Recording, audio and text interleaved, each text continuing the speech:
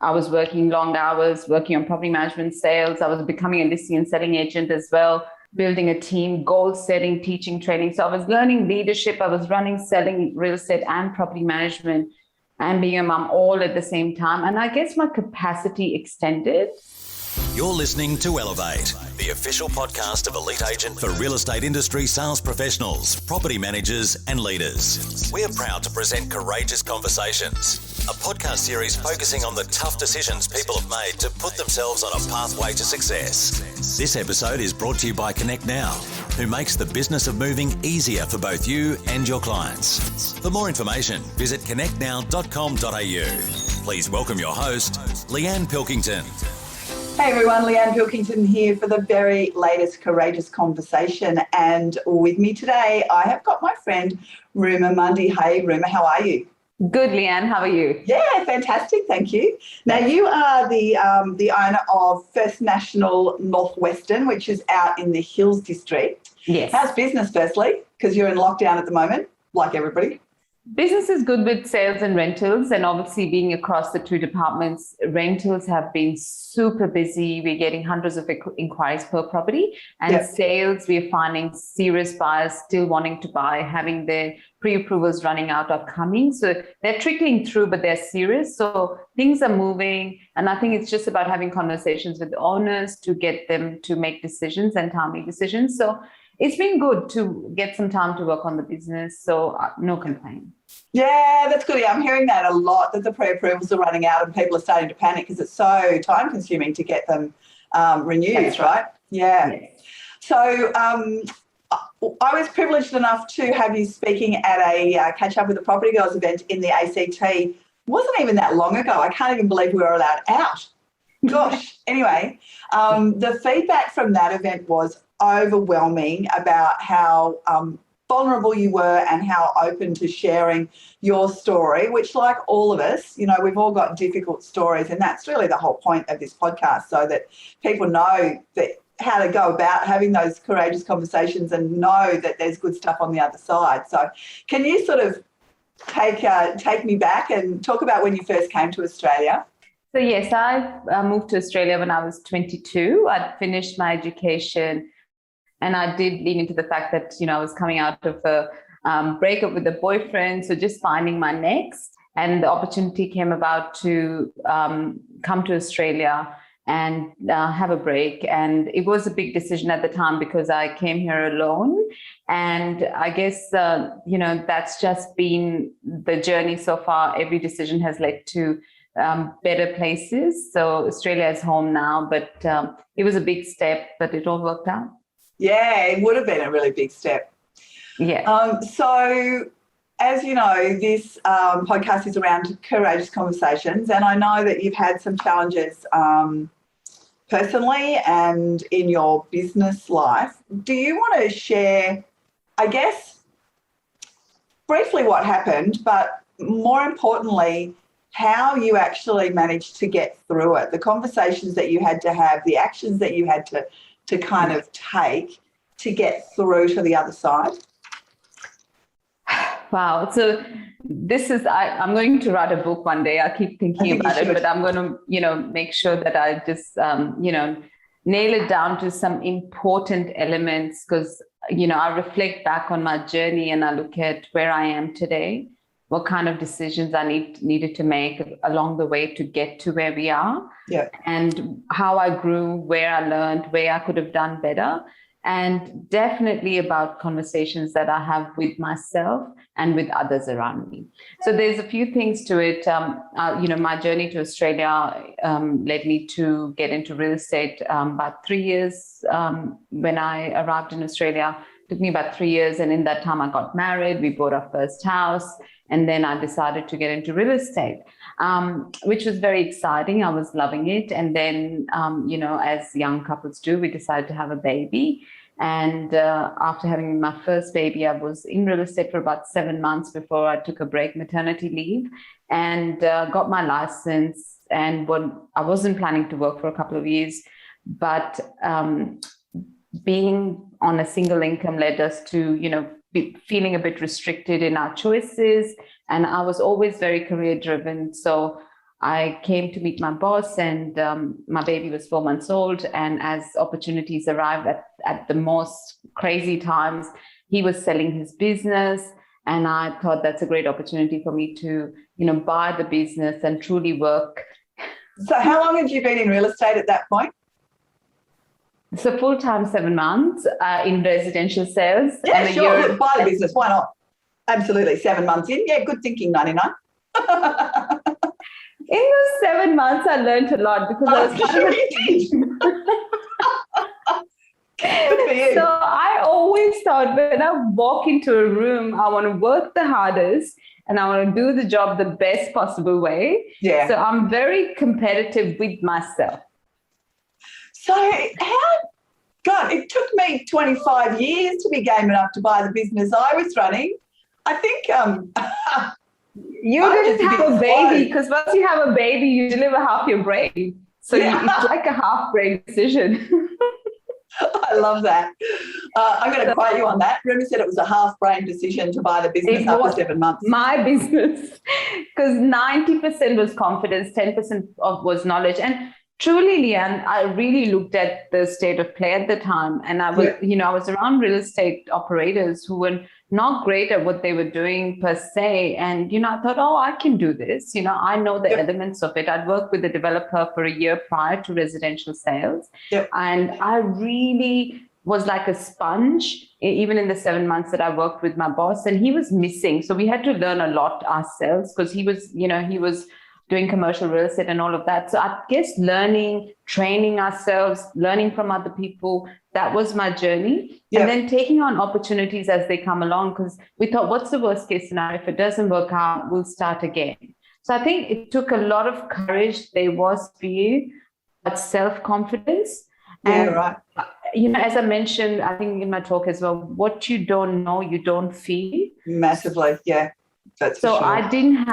we didn't have social media. We didn't have any noise around what it takes for a mom of a young baby to run a business. Like there wasn't, unless I went and found out the challenges, I didn't know any different. So, but I did reach out to some good people in the industry. Jane Booty, she's a friend of mine. She had babies while she was running her business. So she told me to get a nanny.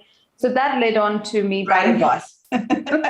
Couldn't afford one, but couldn't afford not to. Not to, that's often the way too. And I think there's a lot of salespeople in that situation that they say they can't afford an assistant, but as they say, if you're not if you don't have an assistant, you are one. How did you go with the nanny you couldn't afford and the business that you didn't know how to run? Really well, because, I read a lot of books, and I guess my education, I'd finished my master's in business. So I understood the elements of, business, and I could put that in play, being consistent in our branding and marketing exercises. What people are doing on Facebook now, I was doing through letterbox drops and through all the marketing that left the office. We had to take pride in everything we did. So I guess my exposure to business elements really helped me in running my business. And then I learned from other people in the industry. I was part of the Century 21 franchise. Everyone was very willing to teach and train and coach. Nice, And I think being part of a community like that really helped me. If I was an independent agent, I don't think I could have gone that far so quick. Yeah. And I remember going to our first awards night, and I used to take my team to the awards night, but we were sitting right at the back of the room because all the winners were at the front of the room. Yeah, of course, that's right. That's the oldest trick in the book, right? I know we're not winning anything, we're right up the back. Yep. But we had the best time because we were closest to the bar. So. Exactly. So I used to tell my team, I said, this is what we're aiming to get to. So at least we should know where the bar is. Yeah. And slowly we made our way to the front of the room. Yeah. So that was fun. It was really fun. I gave it all. I was all in. So 7 days a week, I was working long hours, working on property management sales. I was becoming a listing and selling agent as well, building a team, goal setting, teaching, training. So I was learning leadership. I was running, selling real estate and property management and being a mom all at the same time. And I guess my capacity extended. Yeah. But, I read somewhere recently where you start with having all these small rocks in your jar. It could be your social life, your family, your, all the hobbies and things. So you have all of that. And then you take that out and you put big rocks. And so my family and my work became my big rocks in my jar. And then everything else was small rocks around it. So because that was my passion. Yeah. So I really, we started creating momentum around us and, started getting recognition. Our industry is big on, we're not unsung heroes. And I think that plays with our mind a lot. Yeah. Like, you're constantly trying to achieve the next because it's so open. Accountants or lawyers or this or that, they don't know who they're competing with, but it's so visible actually, for us. I've never thought about that before. It's really very true. Yeah. And, being competitive, you just set the bar for yourself every year. And you're saying every year you're in business, you have to do better. So 2 years into it, I was sort of, midway there. And I was thinking it's not worth my time to stay away from my baby and only get to this. And so if I didn't break through, I told my CEO at the time, Charles Tarby, I said, this is not enough. I'm doing everything, but I'm not getting the momentum that I really want to justify my time away from my baby. So he came into the office and he spent 8 hours with me and he really broke it down for me. And 1 a.m. that night, he sent me a report to say, Ruma, you need to do this, this, this, this, this. And, that'll really work. So for me, if a coach or trainer or somebody who's been in the industry a long time tells me to do something, I don't question it, I just do it. So having the courage and commitment to do it. When it comes to self-talk, for years I kept saying, I'm just crazy. And now I've changed that to, no, I've always been committed. That's really interesting because I've had to reassess my own self-talk. I've had a lot of that. Oh God, you're hopeless, Leanne. You are hopeless. You are so bad at that. And it's like, actually, you need to get over yourself. You've got to stop saying those. I've had that realization just recently myself. So that's interesting that you say that. Yeah, it is. You've got to change your words to yourself. Massively. So then that led to us doing quite well, and the momentum changed after I put in play what I'd learned from everyone else. And I think that's the big element of my journey is learning and growth and always be learning.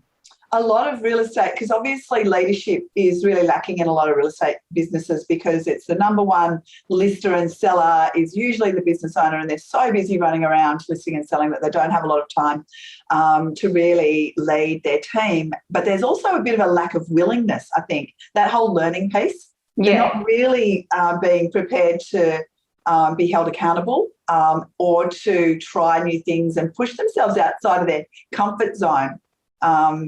That makes and them I think feel that's vulnerable. where I was always being drawn to leadership, but also listing and selling and running a good team. I wanted everyone in my team to do well and be successful, and their time with me, they should look back upon it and make it worthwhile. So I did have tremendous success with some team members who started very young, 17, stayed with me for 9 years. Danny, she worked with me and she bought 2 properties. She started a reception, is a senior property manager. Now she's running her own business. So there's a lot to show for that, the investment in leadership and bringing out the best in people. But then not everyone wants the success or are willing to sacrifice what it takes. No, and you can't want it. I've said this to a number of people that I do coaching work with. I can't want it more for you than you want it for yourself.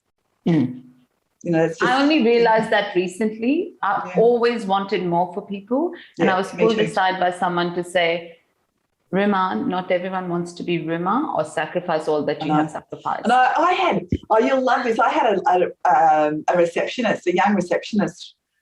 She was only in her early 20s and really smart. And she just looked at me and she said, Leanne, I just don't really aspire to be like you. Oh, beg your pardon? Don't you know who I am? What do you mean? Yes. But what she was really saying, she said, I'm happy to have the success and the income and all that, but I don't want to do the hours that you do. I don't want the stress that you have and the responsibilities that you have. And I thought, you know what? Fair enough. Yeah. So it is what you want for yourself. So, and then you work with people who can help you get that. Yeah.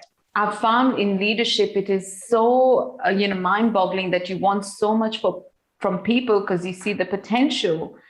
one, they don't see their own potential. Two, they don't want it for themselves. So as in leadership, you have to really pick and, go, okay, I'll spend my energy here, because you spend energy on all the other people and they don't want it for themselves. It's so wasted. And then you feel like, oh, this wasn't good enough, or people disappoint you. No, you didn't read the play properly. People won't disappoint you. You're just leading the wrong crew here.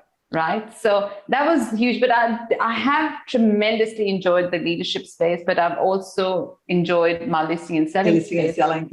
Once I became, we then had a second baby. So 5 years into the business, I was working till the last year of my pregnancy. I had people listing with me for 3 weeks before I was having the baby, for the 3 weeks. And they said, sell the home before you go. And you need to sell this before you have this baby. Oh. So you do that. But then I had a couple of people I had lined up to run the sales side of things whilst I was having some time off with the baby. But that was not to happen, because they opened their own business whilst I was having the baby. Nice. And so it had to be, and it's just disappointing with some people sometimes, instead of being upfront and honest and courageous to say, hey, Ruma, I know you were relying on us, but this is our plan, this opportunity come around. So then you just go, well, I've got to go back and take care of my business. You don't have any choice, right? No. So once again, 3 weeks after having a cesarean and a baby, I had to get back to business, not by choice, but you just have to do whatever it takes, right? Right. And clients in our industry have very high expectations, and you have your own standards not to disappoint and not to make excuses. Yep. So then I got back into, but that was super hard. If there was a really hard patch, it was around, having a newborn and getting back into full-on business mode within 3 weeks. But slowly, I think at that stage as well, and throughout my journey, I've gone back to health, and I've reduced noise. So I started getting back into my fitness and health so that I work better here. Mm-hmm. And being very goals oriented. So I aligned the whole team around what our goals are. And momentum led us to then opening a second office in Bella Vista. Mm-hmm. And it wasn't so much my choice. Even my ex-husband, he saw a lot of potential, and he thought, oh, it might be great if you have a second office. And I didn't have much time with the baby. All right for you, honey. So that led to, but you don't question, you think, oh, I can't see what people see around me, right? Yeah. So, and then you don't want to question yourself and say, okay, let me give it a go. And so we opened a second office. That led to a little bit more stress in our relationship. And, unfortunately, that all fell on my lap again to then keep going. Yeah. But nobody put a gun to my head, Leanne. So, I just had those high expectations of myself to say, I can make it work. But then that came at the cost of a lot of, time away from your own self-health and well-being. Yeah. And you're trying to please everyone and everything. Sounds like though you do take responsibility and accountability for those decisions. You could quite easily blame the ex and say, oh, look, it was all, it was his idea and he didn't support me. But sounds like you're sort of saying, hey, I did it. Wasn't the best decision I've ever made. Yeah. And so we did that. It was fun. It was good to get, exposure to a different market. Yep. It was good to get exposure to a different set of clientele, second, third time sellers, landlords of, these $1 million properties that we never had the opportunity to manage. So we literally built the 2 rent rolls, one in, good old Quakers Hill and Serrans, and the second started in the Hills area. So it was very interesting. It was almost like another journey of growth and change and, exposure. So it wasn't wasted, I'd say. Unfortunately, my ex and I decided to then separate a couple of years later. Now, with this separation piece, a lot of our work is around relationships that break up, right? So prior to that, I would sell homes for people who were going through separations and really sympathize with them. But the understanding of the pain came through when I went through it myself. Yeah, sure. And so that made me empathize. And I think, once again, the decisions come with pain. So people who decide to stay in not so great relationship, that's their capacity. They can't deal with any more pain. People who decide to move on, that comes with painful conversations with yourself and say, this is going to be hard, but then one day it'll get easier, So keeping noise out of your out of your life, just going in within yourself and making these decisions and taking responsibility. So it was really painful, especially with little babies. And I had 2 offices, 2 babies, and being by myself. And then Sydney market was going through craziness. The boom happened 2014-15. Yeah. But that was good because we had quick turnaround of all the properties. So I wasn't carrying much for too long. It gave me time to really think about where I am, what I wanted to do next, which is when I got approached to do a merger and a partnership. Okay. And so that didn't end well, as we know. To avoid that in the future, would you ask different questions, or would you just never go into partnership again? I would ask different questions. Okay. I still believe in partnerships. I still believe that, if you have the right people, that's the way to go. Yeah. So I would be diligent around people more than business. So I did my due diligence around the business elements, but not the people and the values. Oh, that's an interesting observation. So what would you do differently?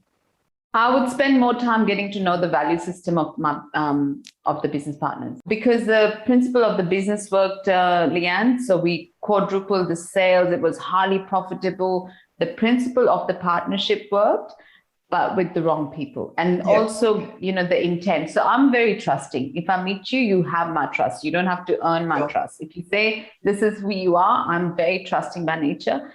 But now I'm a bit more, I don't react quickly. I don't make decisions when I'm in pain or happy or excited or sad or this. I just sit with it. Okay. So I made that decision when I was going through a lot of pain, of separation and 2 kids and a lot of trauma that comes with it. So the only thing I do differently now is make big decisions in a state of stillness and calm.